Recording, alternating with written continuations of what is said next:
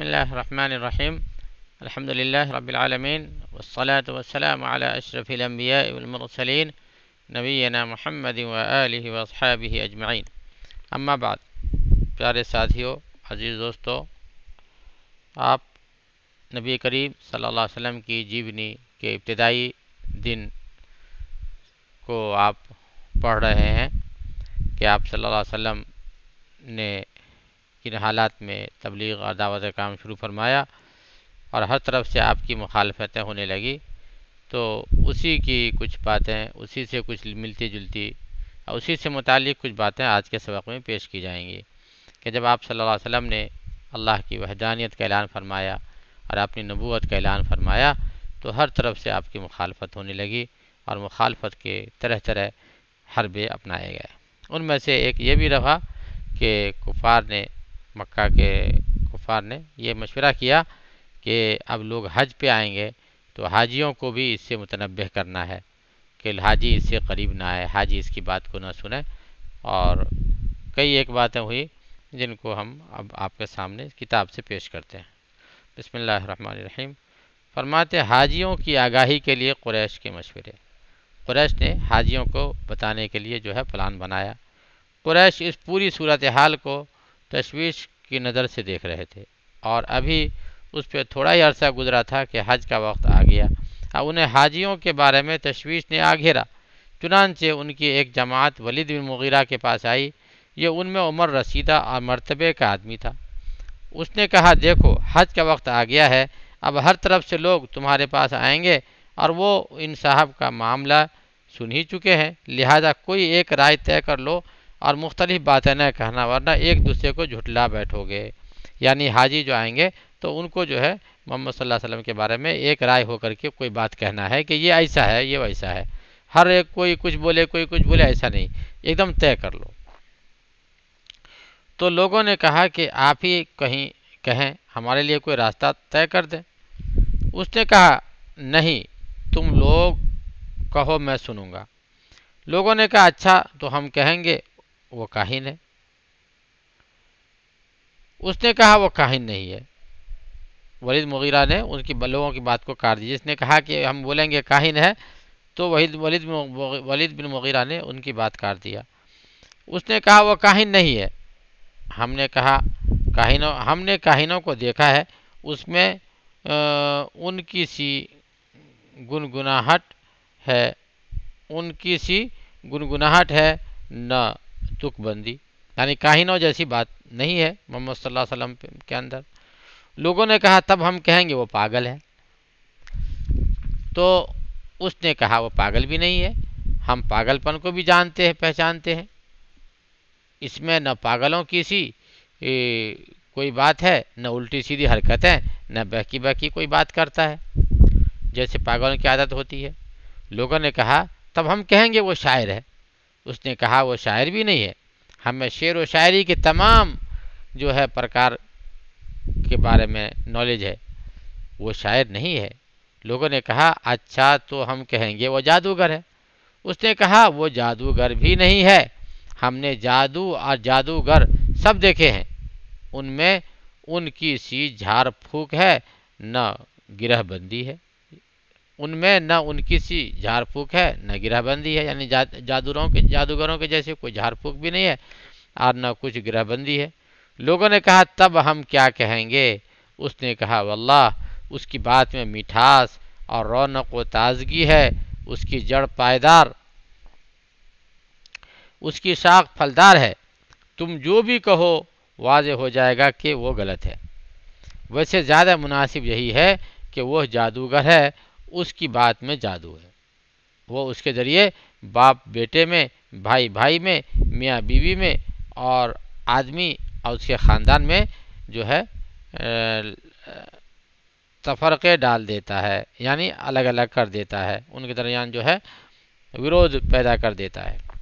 یہ بات طے کر کے لوگ وہاں سے اٹھے. انہوں نے حج کے لیے آنے والوں کی راہ میں بیٹھنا شروع کر دیا اور اب جو بھی ان کے پاس سے گزرتا ان سے آپ کی بات ذکر کرتے اور ڈراتے. نتیجہ یہ ہوا کہ لوگوں نے آپ کو دیکھنے سننے سے پہلے ہی آپ کا معاملہ جان لیا. یعنی لوگ راستے میں بیٹھ بیٹھ کر کے حاجیوں کو بتاتے تھے کہ ایسا ایسا ایک آدمی ہے محمد نام کا، وہ تم کو بولے گا کہ اللہ کی عبادت کرو، یہ بتوں کو چھوڑ دو اور مجھے اللہ کا رسول پیغمبر مانو، تو ان کی بات سننا نہیں۔ لوگوں کو یہ باتیں اور بھی سب کو پتہ چل گئی ہے اس کے بارے میں۔ اس کے بعد جب حج کے دن آ گئے تو نبی کریم صلی اللہ علیہ وسلم نے حاجیوں کے مجمع اور ڈیروں میں جا کر انہیں اسلام کی طرف بلانا شروع کر دیا۔ آپ فرماتے تھے لوگو لا الہ الا اللہ کہو کامیاب رہو گے۔ ادھر ابو لہب کا یہ حال تھا کہ وہ آپ کے پیچھے پیچھے لگا رہتا تھا، جھٹلاتا جاتا اور تکلیف بھی پہنچاتا۔ اس طرح اس حج سے جب حجاج واپس ہوئے تو پورے عالم میں نبی کریم صلی اللہ علیہ وسلم کا چرچا پھیل گیا، یعنی آپ صلی اللہ علیہ وسلم کے بارے میں ہر کوئی جان گیا کہ ایسے ایسے کوئی صاحب ہیں۔ ایک تو یہ بات ہوئی آپ صلی اللہ علیہ وسلم کے ورودھ میں یہ کیا گیا کہ حاجیوں کو جو ہے آپ سے ڈرایا گیا۔ دوسرے لوگ جو نبی کریم صلی اللہ علیہ وسلم کے جو ذمہ دار تھے، کفیل تھے اور آپ کے جو نگراں تھے، آپ کے جو دیکھ بھال کرتے تھے، وہ تھے ابو طالب، تو ان کے پاس بھی جا کر کے جو ہے کچھ باتیں جو ہے قریش نے کیا، تو اسی کو اب آگے بیان کرتے ہیں۔ قریش کے اشراف ابو طالب کے پاس آئے، اب ان سے کہا، یعنی قریش کے جو بڑے بڑے امیر اور جو لیڈر لوگ تھے وہ ابو طالب کے پاس آئے اور ان سے کہا آپ کا بھتیجا ہمارے خداؤں کو برا بھلا کہتا ہے، ہمارے دین پر عیب لگاتا ہے، ہمیں بیوقوف ٹھہراتا ہے، ہمارے باپ داداؤں کو گمراہ کہتا ہے، لہذا یا تو آپ اسے روکیں یا ہمارے اور ان کے بیچ سے ہٹ جائیں، کیونکہ آپ بھی تو ہماری ہی طرح اس سے الگ دین پر ہیں، ہم اس سے نمٹ لیں گے۔ ٹھیک ہے، تو جواب میں ابو طالب نے نرمی سے بات کی اور انہیں خوش اسلوبی سے واپس کر دیا۔ چنانچہ وہ واپس چلے گئے اور رسول اللہ صلی اللہ علیہ وسلم کے دین پر کھلم کھلا کاربند رہ کر اس کی تبلیغ کرتے رہے، اور نبی کریم صلی اللہ علیہ وسلم اللہ کے دین پر کھلم کھلا کاربند رہ کر اس کی تبلیغ کرتے رہے۔ یعنی ابو طالب نے قریش کو جو ہے نرمی سے سمجھا کے واپس کر دیا۔ مگر جب قریش نے دیکھا کہ نبی کریم صلی اللہ علیہ وسلم اپنے کام اور اپنی تبلیغ میں لگے ہوئے ہیں تو وہ اور زیادہ صبر نہ کر سکے۔ انہوں نے باہم آپس میں مل جل کر کے شکوے شکایت کیے۔ پھر ابو طالب کے پاس جا کر پھر سے ان سے کہا ابو طالب آپ ہمیں عمر رسیدہ ہے، زیادہ عمر والے ہیں، شرف و منزلت رکھتے ہیں، یعنی آپ کا جو ہے اکرام و احترام کیا جاتا ہے۔ ہم نے آپ سے عرض کی تھی کہ اپنے بھتیجے کو منع کریں مگر آپ نے منع نہیں کیا۔ ہم خدا کی قسم یہ برداشت نہیں کر سکتے کہ ہمارے باپ داداؤں کو برا بھلا کہا جائے، ہمیں بیوقوف قرار دیا جائے، ہمارے معبودوں پر عیب لگایا جائے، یعنی ہمارے بھگوانوں پر عیب لگایا جائے نیز، لہذا آپ یا تو انہیں منع کریں یا پھر ہم آپ کے یا اس کے دونوں کے مقابل اتر پڑیں گے، اور اس وقت تک نہیں ٹلیں گے جب تک کہ ایک فریق کا خاتمہ نہ ہو جائے۔ یہ کہہ کر وہ لوگ واپس چلے گئے۔ ابو طالب کو یہ دھمکی اور چیلنج بڑا بھاری محسوس ہوا۔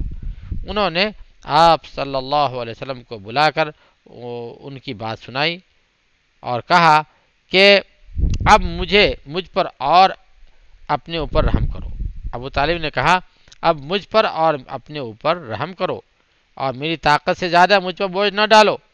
جب رسول اللہ صلی اللہ علیہ وسلم نے ان کی یہ کمزوری دیکھی تو فرمایا چچا جان اللہ کی قسم اگر یہ لوگ میرے دائیں ہاتھ میں سورج اور بائیں ہاتھ میں چاند رکھ دیں کہ میں اس کام کو چھوڑ دوں تو بھی میں یہ کام نہیں چھوڑ سکتا، یہاں تک کہ یا تو اللہ اس دین کو غالب کر دے یا میں اسی راہ میں ہلاک ہو جاؤں۔ اس کے بعد آپ صلی اللہ علیہ وسلم کے آنسو نکل آئے اور آپ رو پڑے۔ یہ دیکھ کر ابو طالب کی محبت اور قوت ارادی پلٹ آئی۔ انہوں نے کہا بھتیجے جاؤ، جو کہنا ہے کہو، اللہ کی قسم میں تمہیں کسی بھی درجے سے کسی بھی وجہ سے چھوڑ نہیں سکتا۔ ابو طالب نے کہا کہ تم کو جو کرنا ہے کرو، میں تمہارا ساتھ نہیں چھوڑ سکتا۔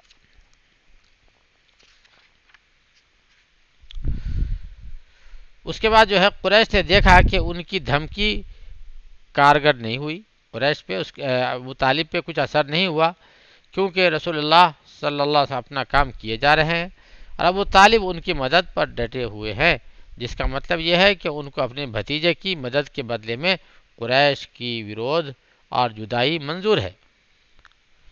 وہ لڑنے بھیڑنے کے لیے تیار ہے، اس لیے قریش کو ذرا توقف اور تأمل کرنا پڑا۔ وہ دیر تک مشورہ کرتے رہے، آخر انہیں ایک عجیب غریب تجویز سوجی۔ قریش میں ایک شخص عمارہ بن ولید تھا، بڑا خوبصورت بانکا نوجوان اور جوانوں کا سردار۔ یہ لوگ اسے ساتھ لے کر ابو طالب کے پاس آئے اور کہا کہ اے ابو طالب، آپ اس نوجوان کو ہم سے لے لیجئے، اسے اپنا لڑکا قرار دے لیجئے، آپ اس کی مدد بھی کیجئے اور دیت بھی لیجئے اور ہمیں اس کے بدلے اپنا بھتیجا دے دیجئے۔